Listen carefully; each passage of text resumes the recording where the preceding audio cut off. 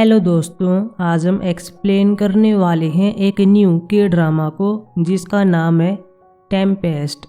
Episode की शुरुआत में हमारी मेन हीरोइन को देखते हैं। इसका नाम मंजू होता है। मुझे बताने की जरूरत नहीं है कि ये कौन है, आप इसे पहले से जानते हैं। इसने कई फेमस ड्रामा दिए हैं जैसे कि the legend of the blue sea और my love from the star. Manju बताती है कि मेरा एक ड्रीम था और ड्रीम में मैं एक आदमी थी, साथ में एक इंसान को देख रही होती है जो कि इसका हस्बैंड होता है। हम यहाँ पर दोनों के कई सीन को देखते हैं। मंजू हर बार अपने पति को नोटिस करती है। इसका पति जूनिक स्टेज पर होता है, स्पीच दे रहा था, लेकिन तभी मंजू देखती है कि पास में कोई होता है जो फायर कर देता है और ये गोली मंजू को लग जाती है और इसके आने मौके पर डेथ हो जाती है। मंजू बताती है कि जो आदमी है वो एक महिला से प्यार किया करता था जो अपनी अंतिम सांसें ले रही है, यानी कि अपने बारे में बात कर रही थी। ये सब चीज़ें ड्रीम के अंदर चल रही हैं और तभी जूनिक ड्रीम से बाहर आता है। पास में देखता है कि यहाँ पर मंजू नहीं होती। अगले सीन में हमारे मेन हीरो से मिलते हैं। इसका नाम सनहो होता है जो क्रॉस के साइन को बना रहा था। रेडियो पर न्यूज़ सुनता है। अमेरिका का प्रेसिडेंट इस बारे में बता रहा होता है कि अब नॉर्थ कोरिया ने लाइन क्रॉस कर दी है। अगर ये सब चलता रहा तो हम न्यूक्लियर वॉर कर सकते हैं। अगले सीन में हमारी मंजू से मिलते हैं जो रनिंग कर रही होती है, लेकिन पास में गाड़ी होती है जो इसे फॉलो करती है, फिर गाड़ी से आगे निकल जाती है। अब मंजू अपने घर पर आती है, अपने हस्बैंड से बात करती है और कहती है कि तुम मुझे फॉलो क्यों करते रहते हो। जब से मैं यहाँ पर आई हूँ मैंने कह दिया था कि केवल मुझे एक चीज़ चाहिए, वो है अकेले में रनिंग करना। क्या तुम मुझे करने नहीं दे सकते? ये मेरे लिए प्रे की तरह है। गैस करो तुम प्रे कर रहे हो और कोई बीच में आ जाए तो क्या होगा? तुम प्रे नहीं कर पाओगे। जूनिक कहता है कि मैं प्रेसिडेंट कैंडिडेट हूँ, जल्दी इलेक्शन होने वाले हैं, लेकिन अगर तुम्हें कुछ हो गया तो क्या होगा? मैं ये सब नहीं कर पाऊंगा, इसलिए मैं पहले से केयरफुल रह रहा हूँ। अगले सीन में मंजू फिर से रनिंग करती है, लेकिन जूनिक के बॉडीगार्ड इसे फॉलो कर रहे थे। ये फॉरेस्ट में भाग जाती है। दोनों आदमी इसका पीछा करते हैं, लेकिन ये इन्हें चकमा दे देती है और ऊपर आती है और यहाँ से पूरी सिटी को देखती है। जब मंजू फॉरेस्ट में से भाग रही थी तब साथ साथ में एक सीन को याद करती है। यह पहले कोरियन एम्बेसडर के रूप में काम किया करती थी, लेकिन इसने अचानक से इस्तीफा दे दिया। कोई नहीं जानता कि इसने ऐसा क्यों किया। इस्तीफा देने के बाद ये अपने हस्बैंड के पास रहने के लिए आ जाती है। अगले सीन में साउथ कोरिया की प्रेसिडेंट से मिलते हैं। इसका नाम ग्योंगसिन होता है। पास की जगह पर एक गैदरिंग हो रही थी। बड़े बड़े लोग यहाँ पर आए हुए थे और वॉर के बारे में बात कर रहे थे। यहाँ पर हमारी मंजू भी होती है। ये मंजू से पूछ रहे होते हैं कि तुमने इस्तीफा क्यों दे दिया। मंजू के बोलने से पहले एक वुमन बोलती है और कहती है कि अभी वैसी बात है, अपने हस्बैंड की वजह से इसने ऐसा किया है। तभी यहाँ पर ग्योंगसिन आती है और इनसे कहती है कि मैं कुछ टाइम के लिए मंजू को ले जा सकती हूँ। अगले सीन में से बात करती है और कहती है कि तुम उनके सवाल का जवाब क्यों देती रहती हो? तुम सिर्फ कह सकती थी कि मैं अपने पति को डिवोर्स देने के लिए यहाँ पर आई हूँ। वैसे हमने 10 सालों तक साथ में काम किया था, लेकिन तुम्हारा हस्बैंड जल्दी प्रेसिडेंट बन जाएगा और अब तुम ऐसा नहीं कर पाओगी। तुम्हारा पति साउथ और नॉर्थ कोरिया को ये करना चाहता है, उनका रीयूनियन करना चाहता है और कई लोग इसके अगेंस्ट हैं और इसके लिए प्रोटेस्ट कर रहे हैं, लेकिन तुम्हारे पति को ऐसा नहीं करना चाहिए। अगर ये सब चलता रहा तो हम जल्दी बर्बाद हो जाएंगे। मंजू बताती है कि जूनिक ने कहा कि वो आपसे मिलना चाहता है, कोई बात करेगा, लेकिन मुझे नहीं पता कि वो क्या है, लेकिन हम जल्दी ही प्रे करने के लिए चर्च में जाएंगे। अगले सीन में मंजू अपनी फ्रेंड से मिलने के लिए आती है। इसका नाम मिजी होता है। मिजी से पूछती है तुम कहाँ पर थी? मैं काफ़ी टाइम से तुम्हारा वेट कर रही थी। मंजू कहती है मुझे माफ़ कर देना, काम बहुत ही हो गया था। मिजी बताती है कि मैंने सारी सेविंग कर ली है, तुम जा भी जाओगी मैं तुम्हें फॉलो करूँगी, मैं तुम्हारे लिए काम करूँगी, लेकिन मैं तुम्हारे पति की पार्टी के लिए काम नहीं कर सकती। पता नहीं तुम उसके लिए ऐसा क्यों कर रही हो। मंजू कहती है कि तुम मैरिड नहीं हो ना, इसलिए तुम्हें नहीं पता है। जब हम मैरिड हो जाते हैं तो हमें हमारे पति की वीकनेस को फॉलो करना होगा, उसे एक्सेप्ट करना ही होगा। जूनिक प्रेसिडेंट बनने के लिए कुछ भी करेगा, उसे इस बात की केयर नहीं होगी कि मैं क्या फील करती हूँ, इसलिए बेटर यही होगा कि मैं उसके साथ रहूँ। अगले समय मंजू चर्च में जाने के लिए रेडी हो रही थी। जूनिक इसके पास आता है, क्रॉस के साइन को पहना देता है और इसे कहता है कि हम दोनों साथ में चर्च में चलेंगे। मंजू कहती है तुम मुझे क्यों ले जा रहे हो? क्या मैं तुम्हारे लिए प्रे करूं ताकि तुम प्रेसिडेंट बन जाओ? ये इसके पास आता है और कह रहा होता है कि मैं कभी कभार वीक हो जाता हूं, इसलिए मैं चाहता हूं कि तुम मेरे लिए प्रे करो। अगले सीन में दोनों चर्च में आ रहे थे। गाड़ी में चांग ही भी होता है जो जूनिक का बॉडीगार्ड होता है। सिक्योरिटी बारे में बता रहा था, लेकिन जूनिक इसके बारे में इंटरेस्टेड नहीं होता। यह मंजू से बात करता है और कहता है कि पीच खाने बारे में क्या ख्याल है, यानी कि आडू की बात कर रहा था। मंजू कहती है कि इस सीजन में आडू कहाँ से आएंगे।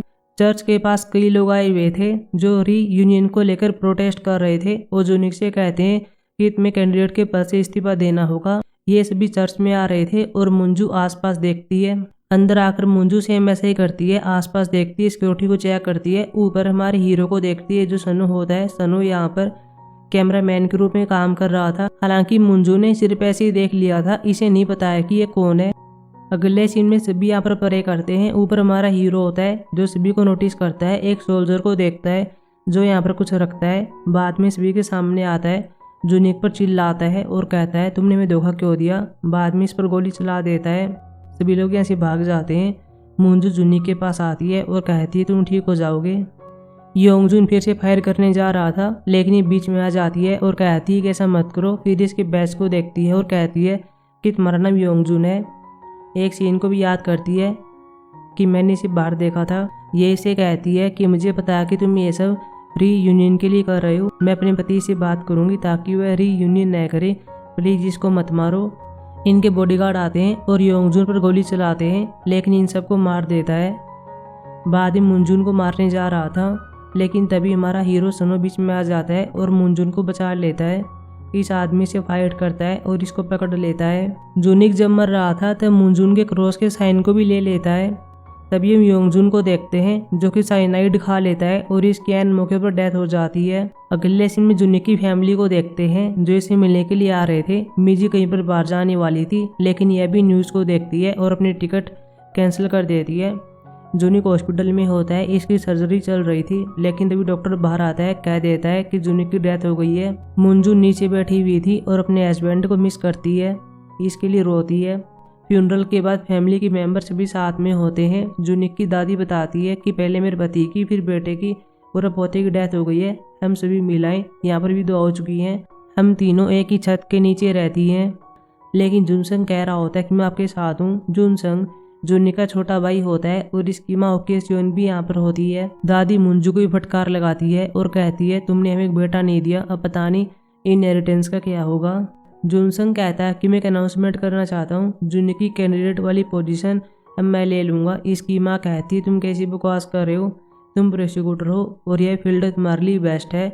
जिसको कैंडिडेट की पोजीशन लेनी चाहिए वह मंजू है, क्योंकि विधवा है, इसे वोट मिल सकते हैं, इसके जीतने की पॉसिबिलिटी ज़्यादा है। अगले सीन में लॉयर इनके पास आता है और जूनिक की वसीयत को पढ़ता है। सब कुछ मंजू के नाम होता है। यह सुनकर ये सभी शौक रह जाते हैं। दादी मंजू को चरा कहती है कैसे तुमने प्लान किया हुआ था, लेकिन मंजू कहती है कि नहीं, मैं भी आपकी तरह शौक रह गई हूँ, मुझे भी आपकी तरह अभी पता चला है। मैं कोई कचरा नहीं हूँ, मेरी माँ ने मुझे बड़े लाड प्यार से पाला है, मुझे इतना करेज दिया है कि मैं किसी भी सिचुएशन का डटकर सामना कर सकूं। मुझे इन पैसों में कोई इंटरेस्ट नहीं है, मैं इन्हें डोनेट कर दूंगी और कोरिया छोड़कर चली जाऊंगी। ओकेसन कहती है तुम पैसे डोनेट नहीं कर सकती और ये पैसे के लिए नहीं है, मैं अपने प्राइड के लिए कर रही हूँ, हमें तुम पर केस करना होगा। मंजू कहती है तुम्हें जो भी करना है कर लेना। बाद में चली जाती है। जुनसंग साथ में आता है, कह रहा होता है कि हम दोनों साथ मिलकर काम करेंगे तो हमें ज़्यादा वोट मिलेंगे, लेकिन मंजू मना करती है और ये कहती है कि अगर तुम मुझ पर केस करोगे तो मुझे अच्छा लगेगा। बाद में ये कहकर चली जाती है। मंजू की फैमिली ने साथ में कहा था कि कल हम यहाँ पर मीटिंग करेंगे, लेकिन मंजू कहती है कि भी अगर मेरा है आप यहाँ पर मीटिंग नहीं कर सकते। ये पूछते हैं कब से। लॉयर वसीयत में देखता है और कहता है कि 10 दिन पहले। अगले सीन में सनो को देखते हैं जो अपने घर पर होता है। मंजू के क्रॉस वाले साइन को देख रहा था। इसके पास इथन कॉल करता है और इसको मार्क कहता है। सोनो पूछता है कि तुम्हारे पास मेरा नंबर कैसे आया। इथन कहता है कि इस बात को जाने दो, हमारे पास एक क्लाइंट आया हुआ है और तुम्हें किसी का बॉडीगार्ड बनाना चाहता है जो कि मंजू नाम की महिला है। उसके पास स्विस अकाउंट जैसी कोई बड़ी चीज है। सनो पूछता है कि क्लाइंट कौन है। इथन ने कह दिया था मुझे नहीं पता, मेरे पास कोई इन्फॉर्मेशन नहीं है। तो मंजू के पास रहना होगा और ये पता लगाना होगा कि वो क्या करती है, किससे मिलती है। रात को मंजू को देखते हैं जो रनिंग कर रही थी। ये ऐसी याद करती है कि मैं और मीजी पुलिस स्टेशन आए थे, पुलिस वाले से बातें की थी। पुलिस वाला योंगजुन के बारे में बताता है कि वह कौन है। हम उसे घर पर गए थे और वहाँ पर चारों ओर तुम्हारे हस्बैंड की फोटो थी, उसके बारे में इंफॉर्मेशन कलेक्ट की हुई थी। मंजून पूछती है उसकी फैमिली के बारे में क्या। इसने कह दिया था कि उसकी एक बड़ी बहन है लेकिन वो पहली शादी करके फॉरेन में जा चुकी है। उसका एक पिता भी है लेकिन वो बहरा है। मंजू कहती है कि वह आदमी कौन था जिसने मुझे बचाया था। ये कहता है कि वह सनो है और वही जगह पर रहता है। कई लोग कहते हैं कि वो नॉर्थ कोरिया डिफेक्टर है, कई कहते हैं कि वो रशिया से आया है, लेकिन हमने पता लगाया कि वो अमेरिका से है। मंजू प्रेजेंट में ये सब सीन याद कर रही थी। पास में गाड़ी लेकर सनो जा रहा था और इसको नोटिस करता है। इथन को बताता है कि वो इमोशंस को हाइड करने में अच्छी है। वह पहले की तरह बिजी रहती है, वही काम करती है जो कि पहले किया करती थी। हालांकि थोड़ी केयरलेस है। इसकी जैकेट को उठाता है और ऊपर रख देता है। मैं इस काम में इंटरेस्टेड नहीं हूँ, मैं इसमें इन्वॉल्व नहीं होना चाहता क्योंकि ये पहले से स्ट्रॉन्ग है। अगले सीन में मंजू चर्च के पास आती है और फादर यांग से मिलती है। यांग बता रहा होता है कि तुम्हारे पति के निधन से पहले एक दिन वो मेरे पास आया था और अपने सभी पाप कन्फेस किए थे। मंजू कहती है कि कैसे गॉड के सामने एक मॉन्स्टर आ गया, मेरे हस्बैंड को मार दिया। क्या पॉसिबल है? क्या गॉड ने कुछ नहीं किया? वह ऐसा कैसे कर सकता है? वैसे मैं यहाँ पर सनो से मिलने के लिए आई थी, उसको बता देना कि मैं उससे मिलना चाहती हूँ। हालांकि ऊपर सनो होता है और इन दोनों को देख रहा था।